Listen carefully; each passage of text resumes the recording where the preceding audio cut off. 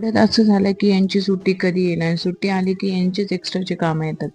माझं तर कामच बाजूला राहतं. मला वाटतं ते बाळाला सांभाळतील आणि मी निवांत राहील, पण असं काही होत नाही. बाईचं काम कधी संपणार नाही हे तर नक्कीच आहे.